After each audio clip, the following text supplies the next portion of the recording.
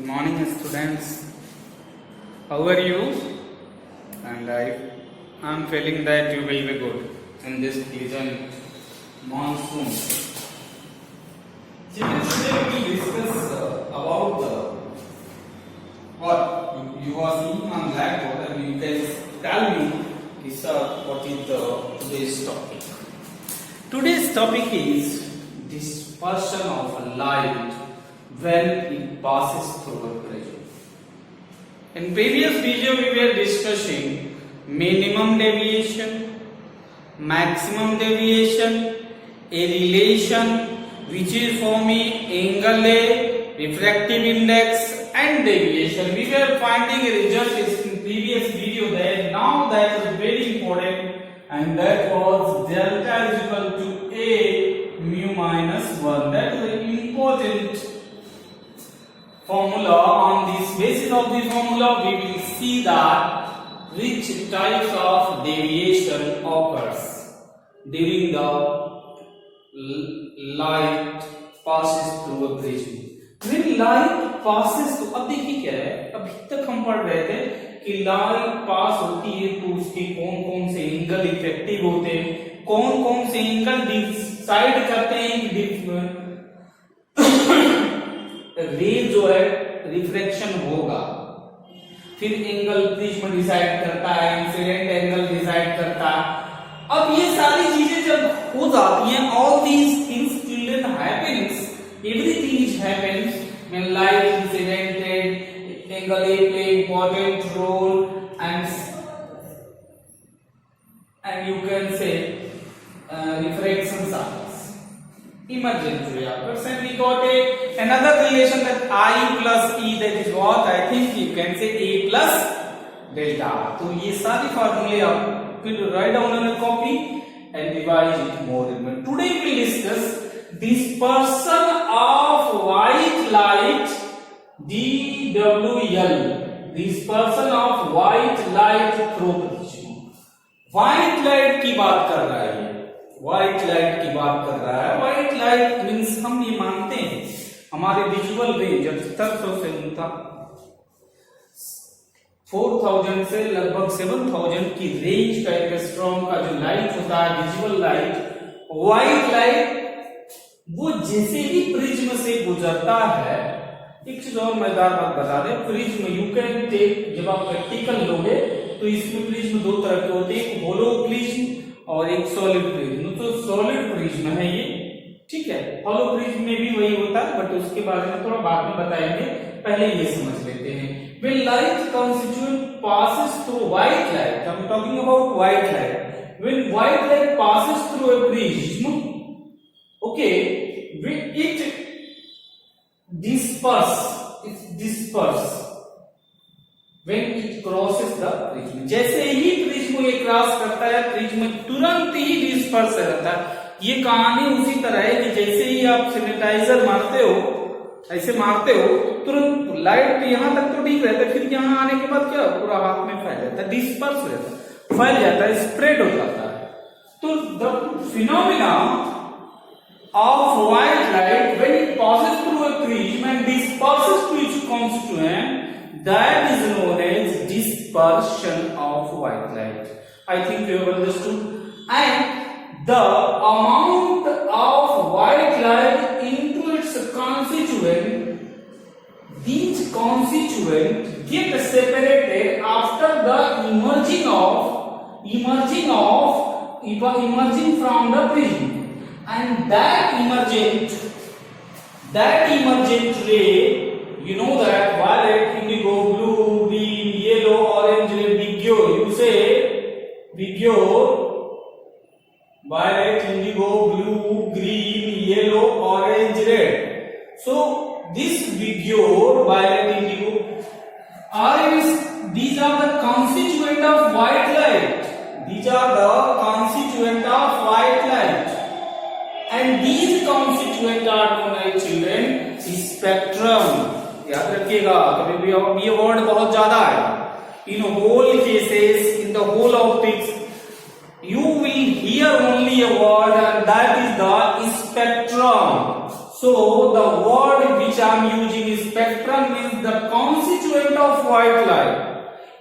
ठीक है, सेपरेटली, जैसे मान लीजिए हमने सपोज दैट कि भी स्प्रेड, हमने स्प्रेड किया, मान लीजिए ये व्हाइट लाइट है, हमने यहाँ प्रिज्म में स्प्रेड किया, तो पहले वायलेट, फिर इंडिगो, फिर ब्लू, फिर ग्रीन, येलो, ऑरेंज, रेड। तो वायलेट का एक अलग स्पेक्ट्रम, ब्लू इंडिगो का एक अलग स्पेक्ट्रम, इसका एक अलग, हर एक का अलग अलग स्पेक्ट्रम। और अगर हर एक का अलग अलग स्पेक्ट्रम होगा, इसका मतलब ये होगा कि हर एक की अपनी एक वेवलेंथ होगी, हर एक की अपनी फ्रीक्वेंसी होगी, हर एक का अपना रिफ्रैक्टिव इंडेक्स होगा, जो सभी प्रिज्म के सभी सम के बराबर होगा। तो वो छोड़ लीजिए, वो तो रिफ्रैक्टिव इंडेक्स को छोड़ ही दिया क्योंकि वो मटेरियल की बात है। तो याद रखिएगा, हर एक व्हाइट लाइट का अपना एक फ्रीक्वेंसी होगा, एक अपना वेवलेंथ होगा, और वही वेवलेंथ और हर एक वेवलेंथ अलग अलग, जब इनकी फ्रीक्वेंसी अलग होगी, ये डिस्पर्स, पहले तो कुछ डिस्पर्स बहुत ज्यादा हो जाएंगे, कुछ डिस्पर्स कम होंगे, कुछ एकदम कम होंगे, कुछ एकदम लगभग नहीं के बराबर डिस्पर्स होंगे। तो जो नहीं के बराबर डिस्पर्स होंगे ऊपर हो जाएंगे, और जो सबसे ज्यादा डिस्पर्स होंगे वो नीचे हो जाएंगे। तो violet colours show more dispersion and red colour shows less dispersion. Violet colour सबसे ज्यादा बेटा डिस्पर्स हो जाता है, अलग हो जाता है, जल्दी अलग होता है, और रेड कलर सबसे कम डिस्पर्स होता है। तो ये जो पूरी बैंड है violet, indigo, blue, green, yellow, orange, red की, अब हम क्या करते हैं, हम इसमें ये चेक करते हैं कि किसका डिस्पर्सन ज्यादा है और किसका डिस्पर्सन कम। और ये जो डिस्पर्सन होता है ये डिसाइड कौन करता है, तो डेविएशन। अगर एंगल ऑफ डेविएशन ज्यादा है, जिसका एंगल ऑफ डेविएशन ज्यादा है उसका डिस्पर्सन ज्यादा होगा, जिसका एंगल ऑफ डेविएशन कम है उसका डिस्पर्सन कम होगा। ये चीज दिमाग में अपने को रखना है। तो पूरे डिस्पर्सन में हम एक ही चीज का स्टडी करेंगे, और वो होगा बेटा कि dispersion of light when it crosses the prism, the difference of their deviations. If difference of their deviation is positive, if dispersion difference positive, इसका मतलब जो पहले ज्यादा होगा और फिर कम। अगर नेगेटिव है तो ये कम होगा, ये ज्यादा होगा। तो याद रखिए कि जिसका ज्यादा होगा एंगल, अब इसमें डेविएशन हम आपको बताए, स्टडी आई टॉट यू कि the unit of deviation is the angle in radian. तो अगर एंगल जिसका ज्यादा होगा उसका डिस्पर्सन ज्यादा, और जिसका एंगल कम होगा, थोड़ा सा और इसकी स्टडी कर लेते हैं। कभी कभी एग्जाम में पूछता क्या है बेटा, देखिए कि जब व्हाइट लाइट जब एग्जिस्ट होती है तो उस परिस्थिति में क्या होता है, उस परिस्थिति में जो अब म्यू क्या करता है, ज्यादा म्यू भी क्या है, रिफ्रैक्टिव इंडेक्स ऑफ वायलेट, और म्यू आर क्या है, refractive index of red colour जब निकल रही है। एक और मजेदार बात है, जैसे ये वही व्हाइट लाइट है, हमारे ब्रेन में भी जाकर के हमारी आंखों की रेटिना पर एक वोल्टेज क्रिएट करती है।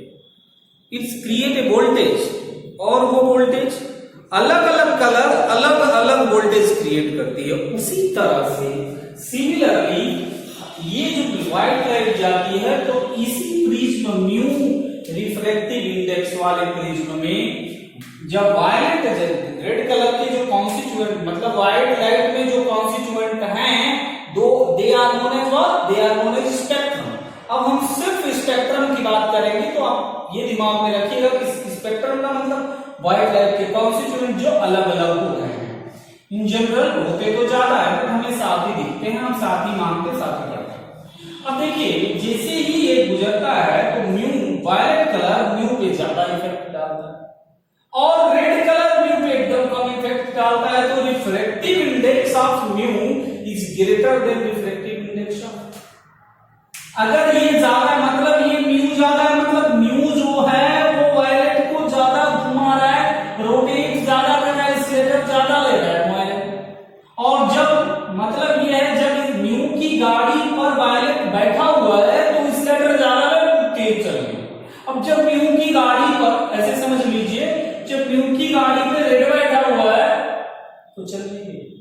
बोले नहीं, तो बस तो ये ज्यादा इसको घुमा रहा है, ये इसको कम घुमा रहा है, इसका मतलब ये ज्यादा है और ये कम। I think you understood.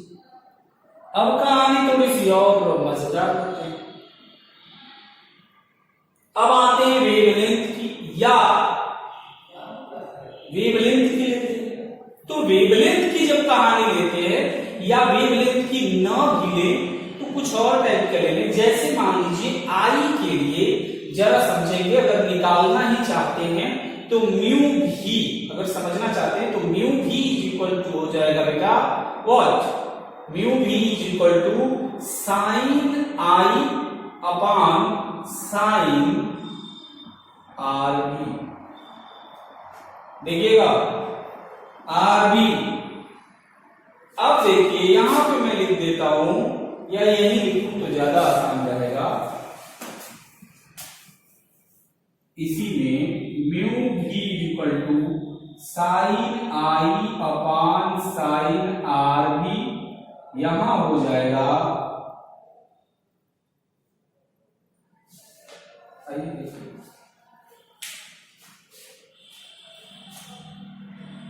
कभी कभी पूछा जाता है कि जब म्यू भी ज्यादा है आर बी कम है तो case one R1 is greater then R2, या अभी बताऊंगा, पहले समझ लीजिए आप।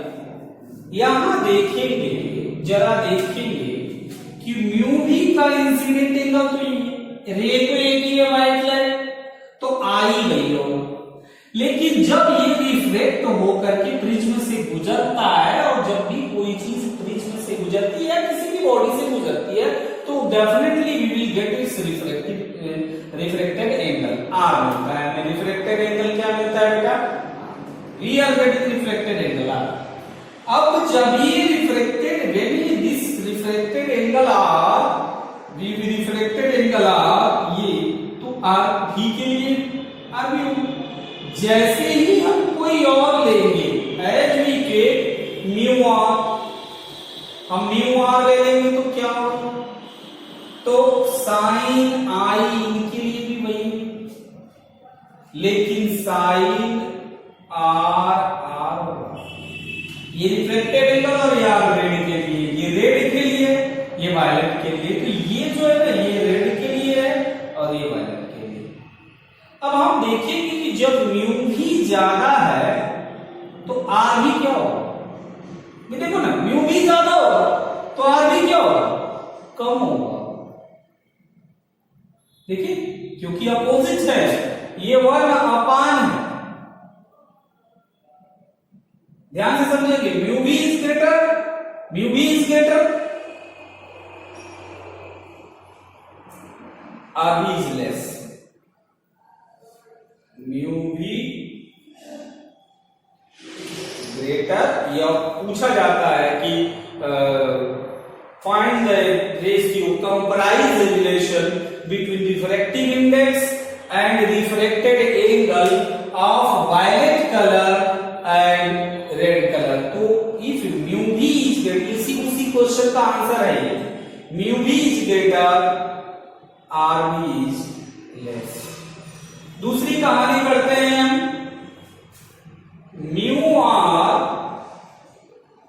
mu r is less, तो म्यू आर लेस ऑलरेडी, तो आर क्या होगा, मोर। यहां से हमें एक रिजल्ट मिलेगा, and that result is very important. आप यहां से भी बता सकते हो, पकड़ो इनको एक पास रख लो भैया, ये जो मार्क किया हूं, मतलब ये है R is more, R V is less, और म्यू v is greater और mu r is less, that is the, ये बहुत इंपॉर्टेंट रिजल्ट है, ये पूछा जाता है। This is the very important result. हमने क्या से रिजल्ट बनाई, हमने ये रिजल्ट बनाई, समझने की कोशिश करेंगे आप। I mention here, check it please, आप कैसे लिखना है हम आपको अभी बताएंगे, पहले आप इसे समझ लें। जब व्हाइट लाइट इसमें जाती है तो डिस्पर्स हो जाती है, and they separate dispersion of a white light into its constituent in the Bigelow form, and each of Bigelow form is known as the spectrum. हर एक स्पेक्ट्रम की एक अपनी बैंड होती है, बैंडविड्थ होती है। पहले सर ये बैंडविड्थ बता दीजिए तो समझ लीजिए बैंडविड्थ क्या है। If I am speaking before you, तो my voice have a bandwidth, हमारी वॉइस की बैंडविड्थ है कि 300 से 3000 के बीच में ये बोल सकते। समझ रहे हैं? हम किसी चीज को देख रहे हैं तो हमारे यहाँ की बैंडविड्थ फिक्स है। अब कहेंगे कि सर अभी भी समझ में नहीं आ रहा, आई एम नॉट अंडरस्टैंडिंग। हर एक नेचर का हर एक चीज जो बोलता है, प्राणी जैसे चूहा, बिल्ली, कुछ भी, ईच हैव ए बैंडविड्थ, हर एक के पास अपनी बैंडविड्थ है। अब कहेंगे कि सर अब again I am not understanding, तो समझ लीजिए बैंडविड्थ क्या है। आप आई think you have seen the your SIM card देखा, तो सिम कार्ड के पीछे जैसे लगा रहता है तो you will see like this, ऐसे ऐसे लगे रहते हैं, ऐसे ऐसे, दीज आर द बैंडविड्थ। सिम पे भी लगा रहता है, मोबाइल पे भी लगा रहता है। जैसे ही सिम मोबाइल पर डालते हैं दोनों बैंडविड्थ एक दूसरे पर काम करने लगते हैं। बात समझ रहे हैं? अब चलिए वो कैसे काम करते हैं इससे अंदर पार्ट, बट हमारा मकसद ये है कि म्यू भी इज ग्रेटर फॉर वायलेट, तभी ये ज्यादा कर दिया। म्यू भी कम रहता है ना तो वायलेट कोई इधर नहीं करता मुझे कोई जरूरत नहीं है। साइन आर या पान साइन आर भी, तो जब म्यू भी ज्यादा होगा तो साइन आर भी कम होगा, वायलेट का रिफ्रेक्शन एंगल कम होगा।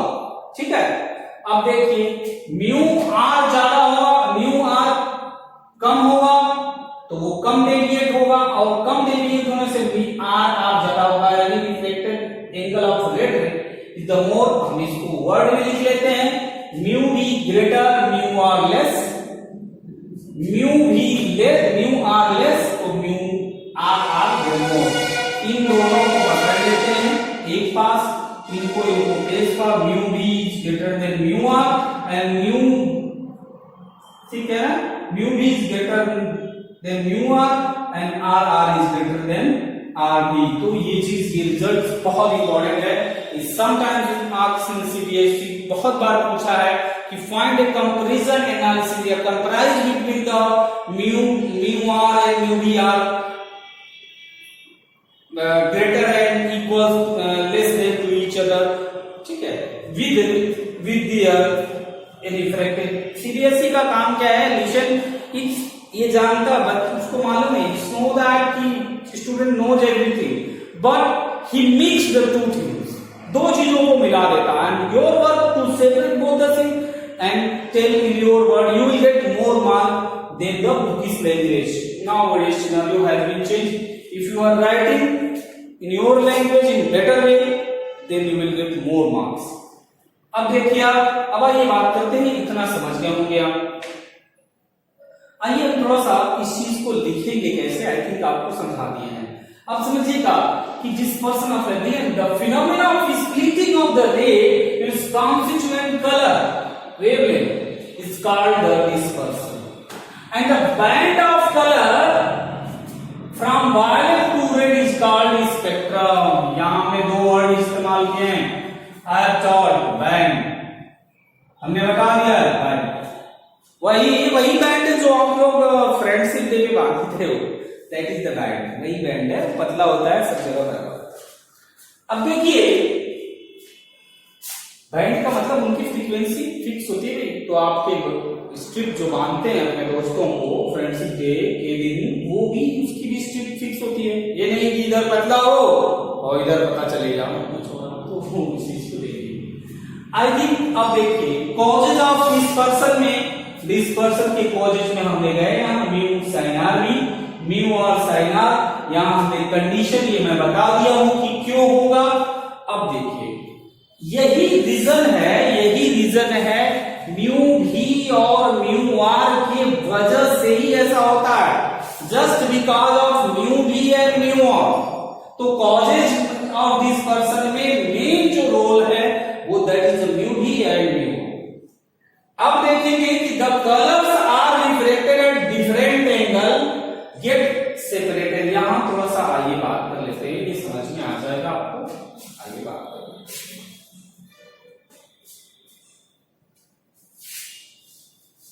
सी।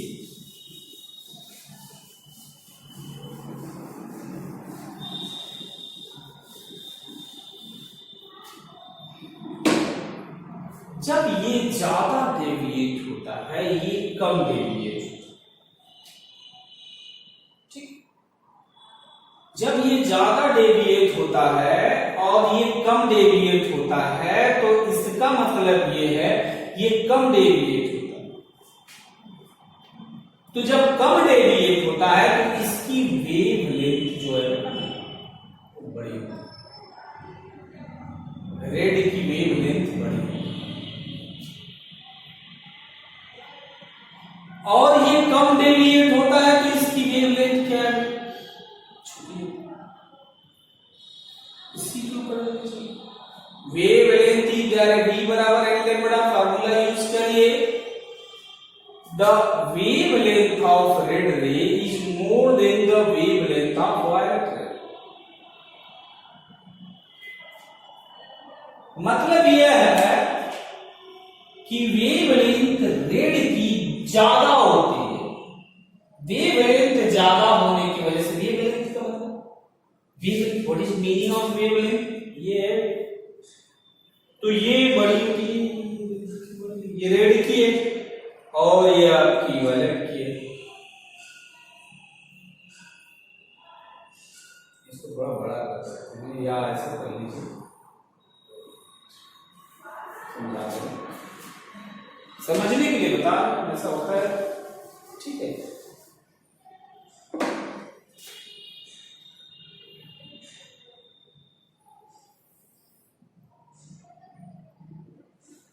तो दो ये वेवलेंथ और ये आपकी रेड की होती है और ऐसे समझ लीजिए।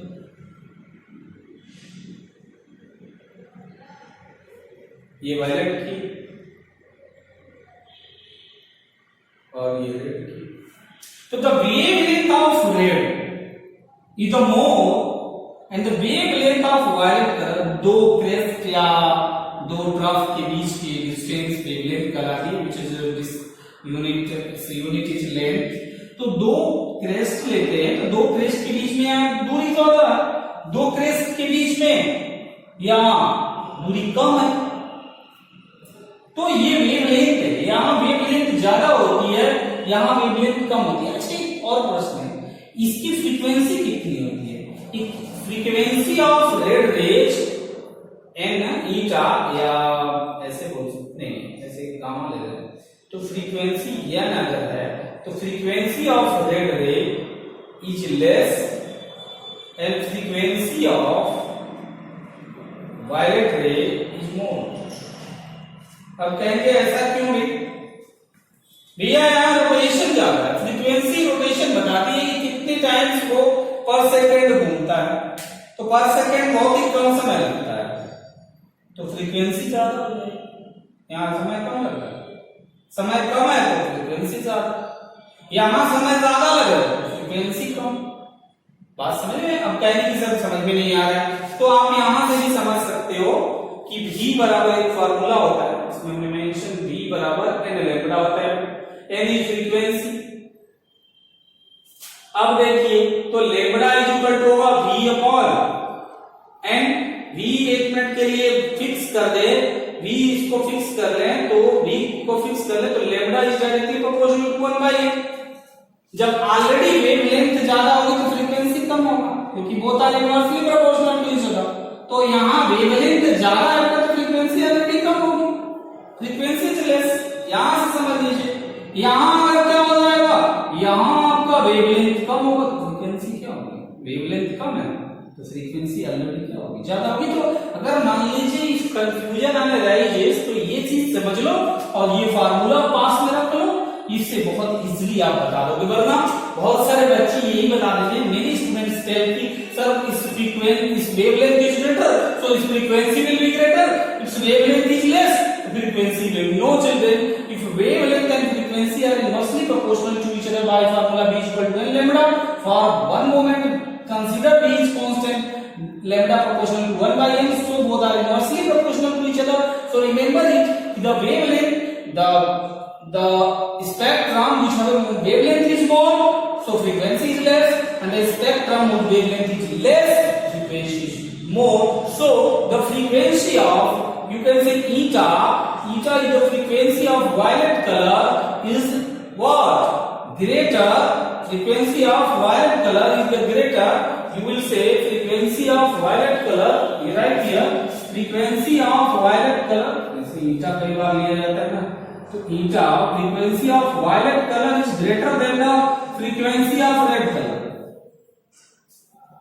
तो ये भी चीजें आपको याद रखनी पड़ेगी, ये बहुत इंपॉर्टेंट चीज है. अब देखिए ये चीज उम्मीद करता हूं आपको समझ में आया होगा कि frequency is less, wavelength is more. तो रेड कलर की फ्रीक्वेंसी जो होती है, जो रात या दिन में हमें दिखते हैं, रेड कलर की फ्रीक्वेंसी बहुत कम होती है और वेवलेंथ क्या होती है, ज्यादा. यहां वायलेट की क्या होती है, वेवलेंथ कम होती है, वेवलेंथ कम होती है, फ्रीक्वेंसी क्या होती है ज्यादा. पर साइकिल होती है फ्रीक्वेंसी, आप फार्मूला से बता सकते हो. I think it's clear. ये चीजें दिमाग में रखनी है, अपने आप को भूलना नहीं, वरना बहुत ज्यादा कंफ्यूज होते हैं बच्चे.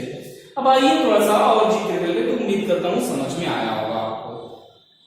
अब ये जो डिस्पर्शन फार्मूला है, कभी कभी पूछ दिया जाता है कि राइट द, इसमें पहचानिए कि which is dispersion formula of Cauchy. Cauchy एक साइंटिस्ट ने, बहुत ज्यादा इन्होंने वर्क किया मैथमेटिक्स और फिजिक्स पे. तो इनके एक फार्मूला है कि reflective index mu is equals to, से भी पढ़ना पड़ेगा, mu is equal to a plus b by lambda square plus c by lambda to the power 4. ये lambda to the power 4 pi by 4 ज्यादा लिया जाता है, कंसीडर किया जाता है. ये दोनों कांस्टेंट. अब abc क्या है, abc R the constant of material. ये मटेरियल के कांस्टेंट है जिसमें हम डिस्पर्शन की प्रोसेस क्या कर रहे हैं, करा रहे हैं. तो याद रखेंगे. यहां भी बता रहे हैं कि lambda R is greater than what, lambda R, I told you lambda R is greater than mu R. यहां दिया हुआ है, देखो बेटा, lambda R is greater than, lambda R is greater than lambda V. हमने वहां बताया है, वो एग्जांपल आपको ज्यादा समझ में है. और यहाँ mu V is equal to mu R, याद रखिएगा. Mu V refractive index, mu V is greater than, हमने लिखा भी है, mu V is greater than mu R. ये सारी चीजें आपको याद रखना पड़ेगा. अभी समझाऊंगा क्या क्या इसमें करना है आपको. अब एक चीज समझ लीजिए, जब म्यू भी, याद रखेंगे, म्यू भी is greater than mu R, तो अब देखिएगा म्यू भी is greater than mu R, उस परिस्थिति में लेम, अब देखिए जब यहां म्यू भी, अब आपको मैं एक आइडिया बता रहा हूं, ध्यान से समझेंगे इसको कि इफ, हाँ थोड़ा सा समझा रहा हूं, इस फॉर्मूले को कंसीडर दिस फॉर्मूला. हमें ये चीज क्लियर हो गया कि म्यू भी इज ग्रेटर, आई थिंक अभी टेक स्क्रीनशॉट ऑफ इट, इसको स्क्रीनशॉट लेंगे.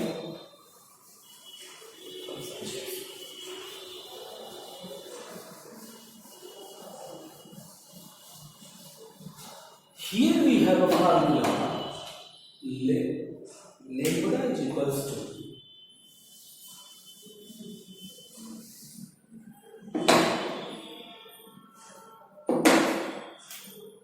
लैम्डा का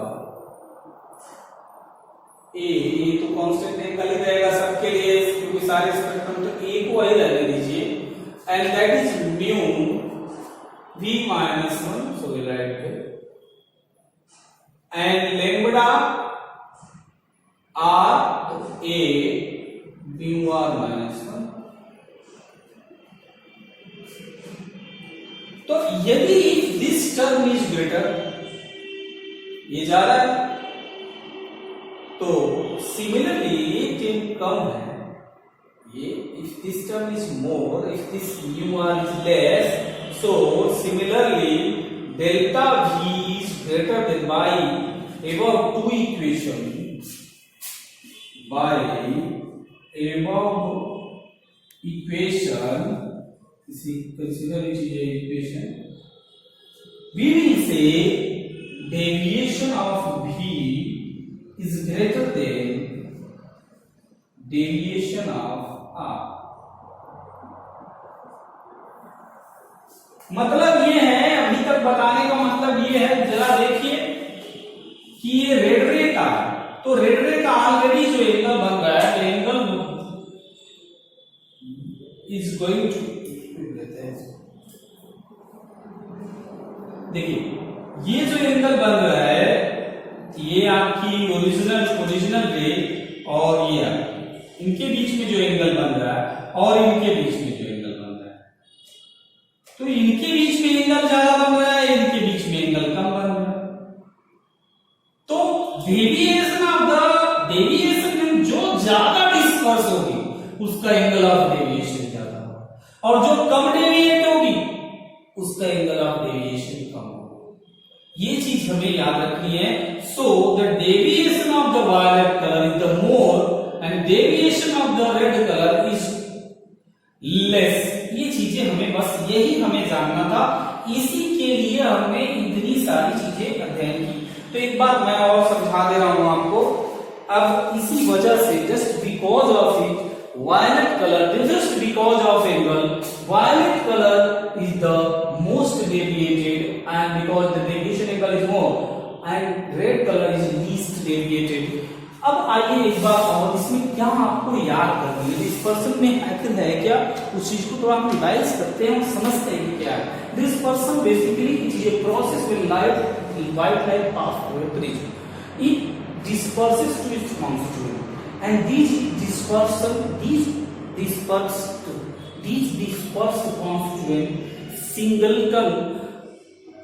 singularly या singleton known as the spectrum, and we will say violet spectrum, blue spectrum, red spectrum, and etc. अब एक और चीज मुझे याद आ गई, I'm repeating that, कि इसमें येलो कलर है या ब्लू ग्रीन या येलो है, प्राइमरी सेकेंडरी बताएंगे, but yellow colour is the most, right in your copy, yellow colour children is the most sensitive colour of our eyes. सबसे ज्यादा हमारी आंखों को sensitise, and that colour is what, yellow colour. So right in your copy, yellow colour is the most sensitive colour which show sensitivity, more sensitivity to our eyes. अब कहेंगे कि sir समझ में नहीं आ रहा, यही रीजन है कि हम नाइट के टाइम में येलो कपड़े, येलो चश्मे पहनते हैं, तो येलो चीजें हमें ज्यादा सेंसिटाइज करती हैं हमारी आंख को, ठीक है। सबसे सेंसिटाइज कम ब्लैक करती है और सबसे ज्यादा येलो करती है। अब आइए और भी बातें करते हैं। इसमें क्या है, हमने क्या किया, म्यू भी is greater than mu R. उसके बाद हमने क्या किया, R is greater than R B, R is greater than R B, वो कन्वर्जन हम आपको बताया। उसके बाद हमने जो नेक्स्ट चीज बताई वो याद रखिएगा, R is greater than R B. उसके बाद हमने ये बताई कॉची फार्मूला, रिमेंबर ये बहुत ज्यादा पूछा जाता है, सब वेरी इंपॉर्टेंट। ये ऐसे आता है, mu is equal directly proportional to c upon lambda to the power 4, ऐसे भी आ जाता है। तो याद रखेंगे कि ये 4 वाला भी लिया जाता है, ये दोनों बहुत छोटे हो जाते हैं इसलिए नहीं लिया जाता, ज्यादातर सी वाला लिया जाता है। तो याद रखेंगे इसको, ये ऐसे भी आ जाता है, तो याद रखिए इसमें 2 भी आ जाए अगर मान लीजिए एग्जाम में, तो इसे भी ले लेना है, या 4 भी आ जाए तो पूछा जाएगा कि इसमें कौन रिलेशन ट्रू है, तो ये तीनों में कोई भी आ सकता है, आप बिल्कुल नहीं, ये तो कांस्टेंट होता है तो ये तो कंसीडर नहीं किया जाएगा, बट ये और ये कंसीडर, सबसे ज्यादा ये कंसीडर होता है। अब आइए बात करते हैं, उसके बाद हमने बात किया म्यू लेम्डा ए, ये ज्यादा होता है, ये कम होता है, इसलिए लेम्डा बी ज्यादा होगा, ये कम होगा, at last we will see. अब children I think you understood the concept behind the dispersion of light. तो डिस्पर्सन ऑफ लाइट में बेसिकली है क्या कि when light pass through prism it disperse to its constituent, और जो सबसे ज्यादा डिस्पर्स होता है वायलेट, सबसे कम रेड, और इनकी फ्रीक्वेंसी इसी के साथ चिल्ड्रन यह आर्टिकल अभी थोड़ा सा और इसमें है, we will discuss in next video. Thank you children.